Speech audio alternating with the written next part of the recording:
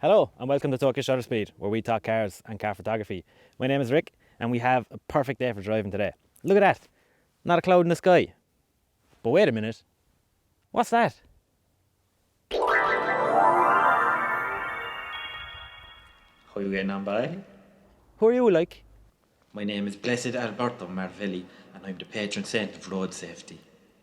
Oh, hi Alberto, what's the crack? Not much now, how about yourself? Yeah, same old, you know yourself. Yeah, hallelujah, very hallelujah. Well, it's funny that you're here actually. We were just about to go do some dangerous driving. That's exactly why I'm here, my son. I can't have you doing any dangerous driving now.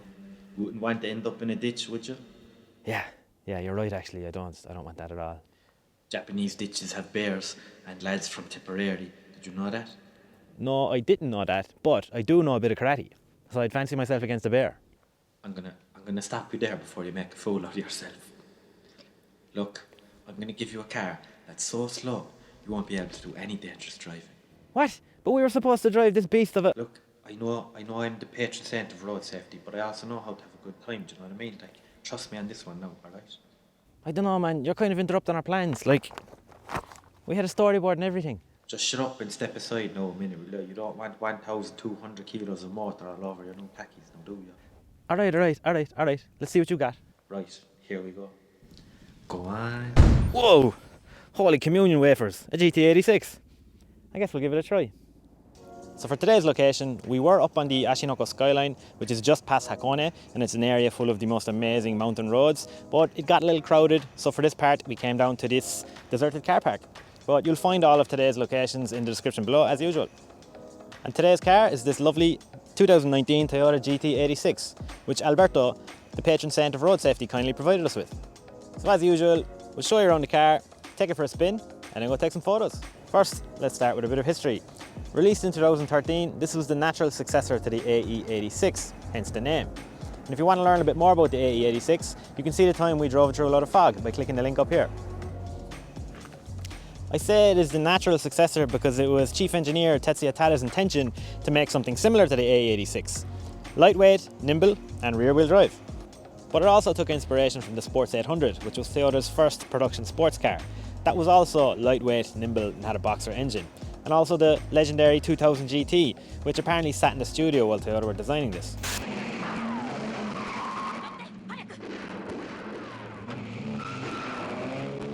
However, I don't think it looks as good as either of those cars, but we'll get to the design in a minute. So how did it all come about? Well, Toyota were making some pretty fun sports cars up until the early 2000s, but then that all stopped because your Aunt Mary wanted an SUV. People were losing interest in cars, and Toyota decided they were going to do something about it. So they held a board meeting in 2007, and the sole item on the agenda was, what are we going to do about this waning interest in cars? One idea was to go back to basics with a sports car, and although at the time car companies saw sports cars as a poor return on investment, Toyota decided that if their engineers could develop something that would rekindle interest, they would support it. So at the time, our soon-to-be chief engineer Tada-san was actually working on a minivan, and a bunch of lads knocked on his door and said, forget about that minivan, you're making us a sports car. So Tada-san did a bit of research and he found that most sports cars at the time were mostly concerned about numbers. How many horses under the bonnet, how fast can you get to 60 and blah blah blah blah blah. They were using numbers to measure how good a sports car was, but Tada-san didn't want to use numbers. He wanted to make a car that was fun to drive. And to fill his belly with fun, Tada-san looked to the AE86 recipe. Lightweight, front engine, rear wheel drive, a nicely balanced bag of crack. So now that they had a concept, next they needed an engine to fit in the low front end they were planning. And luckily, Toyota had just bought shares in Fuji Heavy Industries, the parent company of Subaru, and Subaru happened to have a flat 4 boxer engine.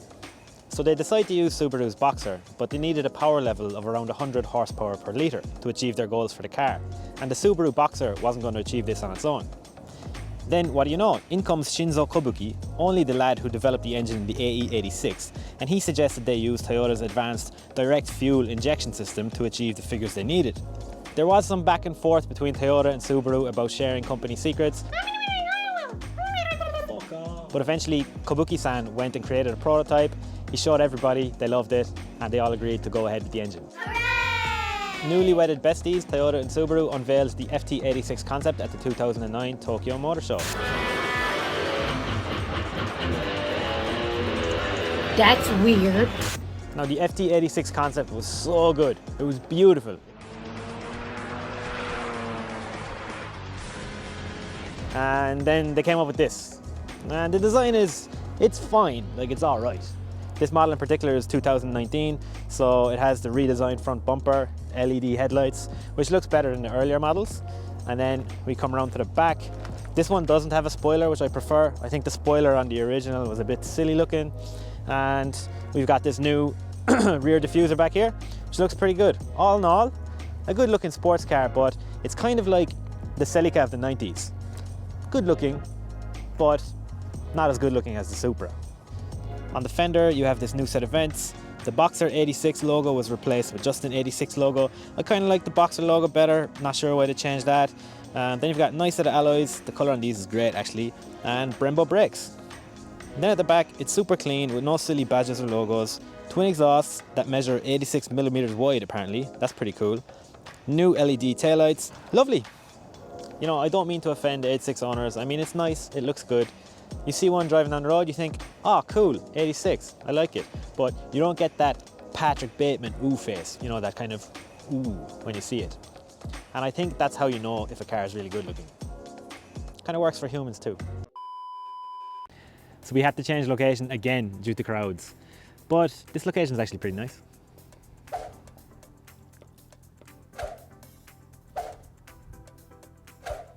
Anyway, let's talk about the interior.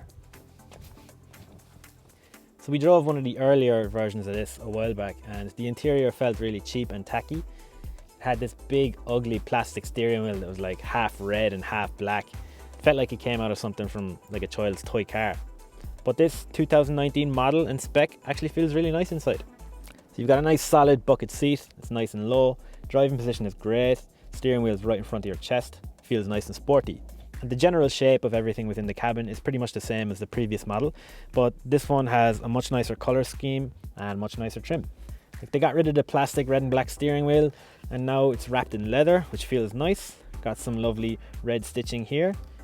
These inner parts are silver, and the 86 logo is now silver, which is a nice touch. Feels higher quality, and of course the steering wheel is the thing you're touching the most in a car, so you got to get it right.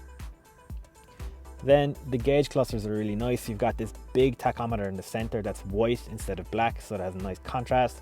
The speedometer is to the left, and it has 0 starting at like an acute angle, or is that an obtuse angle? I don't know, I was never really good at maths, but 0 starts in a place where it shouldn't normally start, which means it feels like the car can go faster than it should. And you know, I think that's a common theme in here. You've got bits of carbon fiber dotted around the dash. You've got these switches that feel kind of like fighter jet switches. Everything just makes you feel like the car is more powerful than it actually is. Down here you've got traction control off button, and on the right of that you have a track button which turns off traction control and also increases throttle response. Other than that, you've got a pretty standard infotainment system, decent storage in the center console, 2 cup holders, decent sized door bins, decent glove box, decent boot, and you can fit 2 people in the back if you're in a pickle. But I wouldn't want to be in here for too long. I think that's it for the interior. Now let's take it for a spin.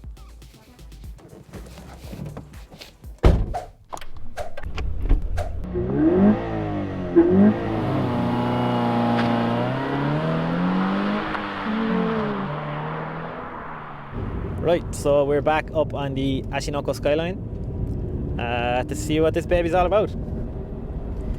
So the GT86 was all about optimizing the fundamentals of automotive athleticism with optimal power to weight stats, stunning design, and superb balance and feel. Now, I'm not sure if I would call 205 horsepower optimal, but combined with the lightweight construction, the rear wheel drive setup, and this low center of gravity, starts to make you think, actually, these power numbers are fine. And just like its older brother, the AE86, it was just so much fun to drive that you forgot about the power pretty soon after getting in. And you know, with the AE86, it's a 1980s car, so of course you're going to think, yeah, not much power. But this is a modern Toyota, and this lack of power is intentional. Like when you go go-karting, you always kind of feel like the karts are underpowered. But that means you push them to their absolute limit. And that's what this car is kind of like. It's just enough power so that a regular driver can push it to its limit, without being in too much danger. Like if you bought a brand new GTR or a Porsche 911 and you took it out on a windy road like this, you would never see the car's full potential. And even if you tried, the situation will get more and more dangerous the closer you get to that potential. And for me personally, I would never try and push an expensive car like that. I definitely don't have the cojones for it. But with this, you can push it to its absolute limit. Oh, and it is just so much crack.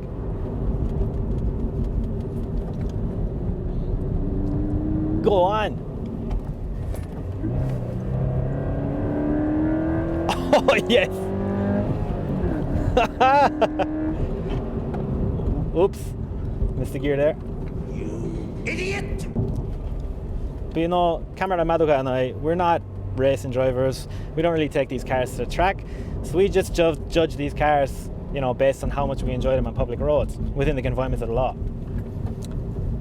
And this is what the 86 is. It's a car for regular drivers to push to its limits and enjoy. You don't have to go too crazy. But it's still so much fun.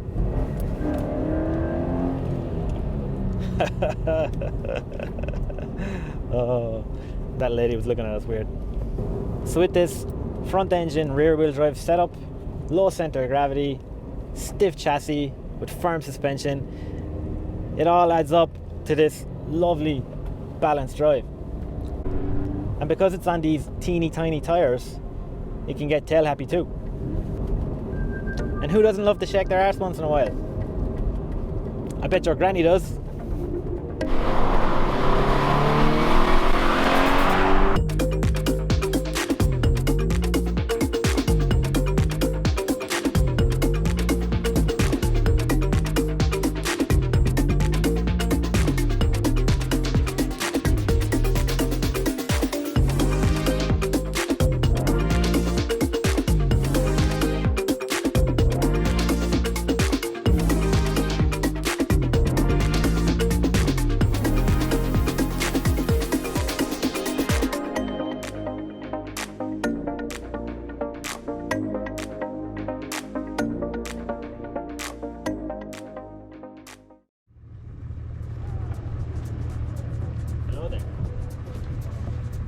For this location we came up to the Ashinoko Skyline, and we didn't realise when we got here, we found there's a heliport that you can get a ride in a helicopter for 4,000 yen, which seems way too cheap, and I would never do that because that's terrifying. But because we've got this heliport here, I thought it would be cool to stick it in the background of a photo. So we've set the Hakone, the GT86 up over here. What I'm going to do is, oh, where's it gone? We're going to try an old nifty 50mm prime lens that I actually haven't used in about 3 years. This is like the cheapest 50mm prime that Sony produced, but it's a 1.8, so it's really, really nice. So let's give it a shot.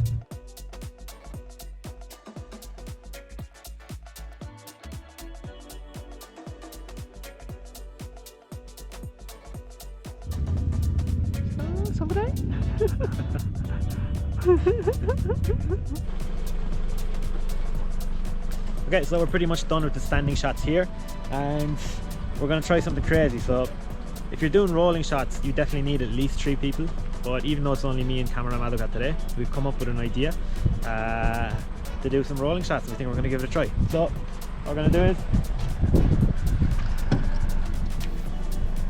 I'm going to mount my camera with its cage on this little K car that we rented, and hopefully it won't fall off. Okay, I spent way too long talking about this mount setup, so I'm going to skip this part and do it in a separate video.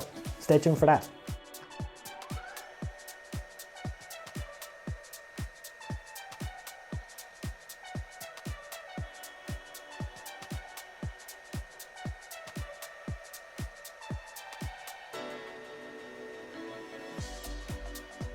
And I think this is going to hold, hopefully. For an extra level of safety, we're going to add this steel cable to the cage.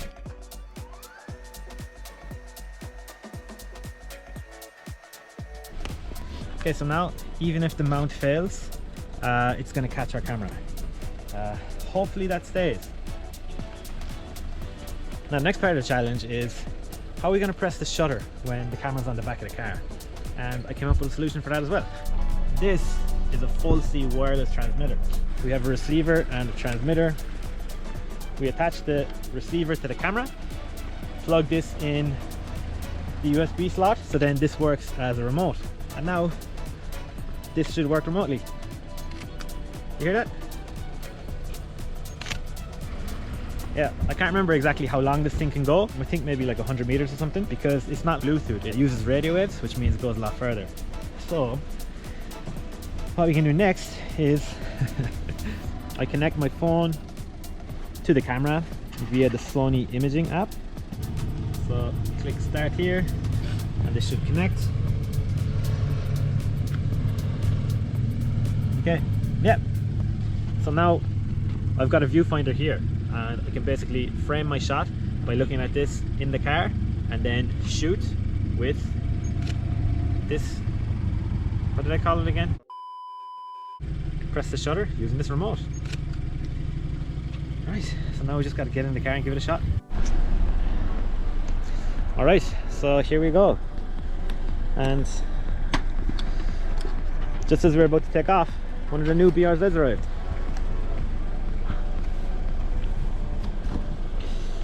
Alright, let's go.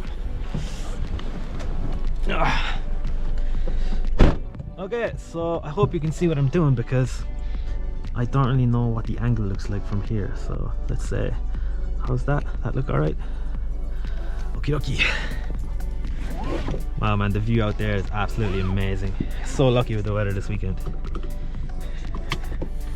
Right, okie dokie. So I'm belted up. I've got my viewfinder here. I can actually change the camera settings on the screen if I want to. I could use the shutter here, but because it's Bluetooth, the connection probably isn't that reliable. So I'm going to use this transmitter. So let's say, and there we see the shot was taken on the camera. Okay, I'm good to go. So after you. All right, let's go. Ooh, that BRS looks really nice in person actually. I wasn't a fan of the new design when I saw it in photos, but it looks pretty cool. Oh, and check what we've got here. Is that a real Testarossa or is that an MR2? Looks real. Okay. But today isn't about Ferraris, today is about Toyotas. Everyman car. Okay. And nothing coming on the right. Alright. Let's go.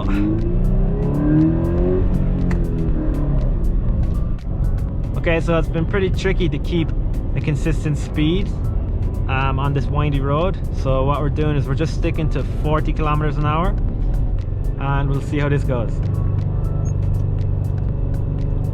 Click, click, click. These shots are looking pretty cool. The only thing is I don't know if they're in focus or not. I don't know how sharp they are because, you know, I'm just getting a preview on my phone. Oh wow, look at that! Fuji-san! Amazing. So the only bad thing about this remote is it doesn't have a burst function. So even though the camera can do burst, the remote can't, which means I gotta take one photo at a time, which kind of sucks a little.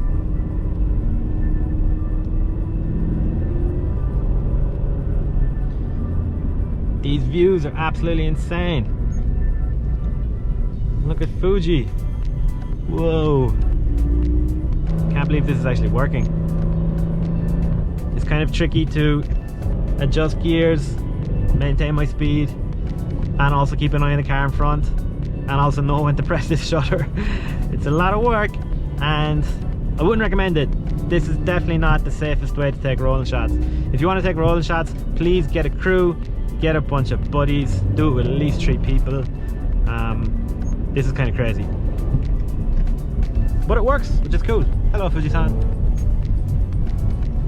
So I think if we turn around and go back the other way, we could probably get some shots with Fuji in the background, which would be pretty freaking sick.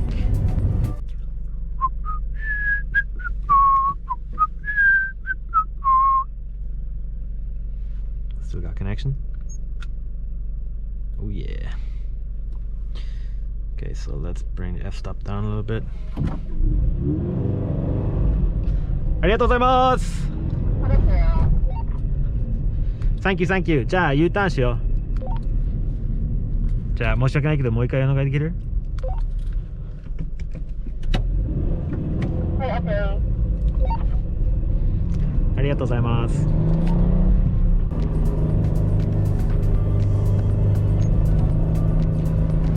I'm actually pleasantly surprised by how this rolling shot hack is going.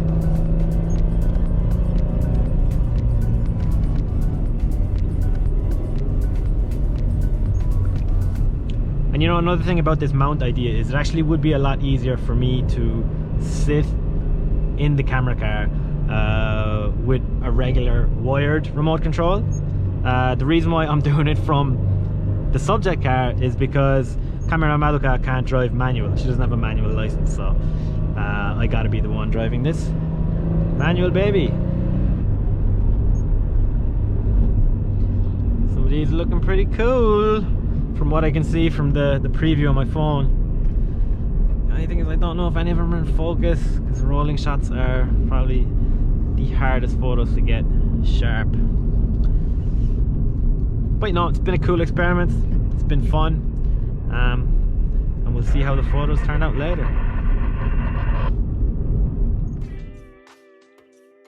Let's start with the photos from the heliport. It was cool randomly coming across a heliport, but it didn't really prove to be the most compelling background, so we focused on the car. And I think sometimes having that reminder to focus on the car is a good thing, because at times with car photography, when we're looking for the coolest locations to shoot, we can get distracted from actually capturing our subject. These beautiful machines. Here are some detail shots.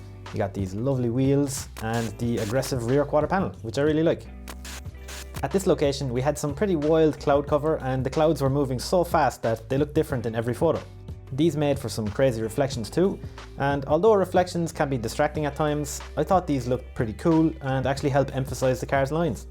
I think the GT86 looks best from this angle, shot with a wide lens.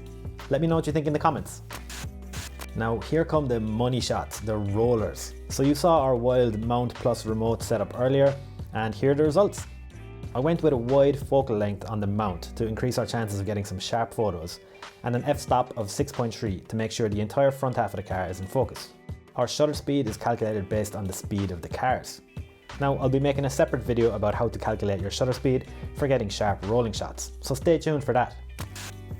I used my mobile viewfinder to check my composition and pressed the shutter just coming out of turns to convey that feeling of booting around mountain roads with these cool leading lines. Now, not all of these are tack sharp, but I'm so happy with how they came out. Even though some of them aren't technically perfect, some of these shots just look epic. I made some subtle edits to these in Lightroom, but nothing major. While we were driving towards Mount Fuji, we realized if we turned both cars around, we may be able to get shots with Mount Fuji in the background, like some of these. This is shot at 18mm, so there is no compression in the background, but Mount Fuji still looks massive. I guess this can give you an idea of how breathtaking it actually is in person. I removed some cloud from this one in Photoshop, but that's about the only major edit to these. Here are some more shots with Mount Fuji in the background. This one a straight shot. And this one with some awesome curves flowing from the back, center, all the way up to the front left. I don't know about you, but I love this leading line. And because we were close, we stopped for the classic high compression Fuji shot. Let me know if you want to hear more about these shots, or my editing process, or anything at all in the comments below. We're fed up with Instagram, but you can follow us on Twitter with our handle, which is down around there somewhere. Right, that's a wrap for today's video. We got absolutely perfect weather. It's been amazing. And I think that's the reason why every Tom, Dick and Harry came out on their bike, which of course they're entitled to, but it gave us a little bit of crowd trouble. We had to change location a few times. But basically we did a couple of laps around Lake Ashino and it was absolutely beautiful. And we did it with the GT86. We had the best time with that car. I know that I gave it a lot of stick for not having maybe the coolest design or not having enough power, but it is a fantastic car. So Tada-san, who was the chief engineer on the project, it was his intention just to create a fun car. That was like their only KPI, and they absolutely smashed it. It is so much fun to drive, and now I understand why you see so many of them around the Kanto area. Also with this shoot, I'm really proud of what we did because we only had a 2-person crew, myself and camera Madoka, but we still managed to do rolling shots. That idea with the mount on the camera car, we weren't sure if it was going to work, but it did. It was fantastic. I felt like Einstein when it happened. I was like, Eureka! So yeah, that's about it for today. Thanks a million to Tada-san for making such a cool car. Thanks to the gods for giving us a lovely day. I'm going to get a cup of coffee and then go home. 1, 2, 3, 4. Give me a Georgia. Here, what? The hell? Oh well. Thanks for watching. I guess we'll see you next time.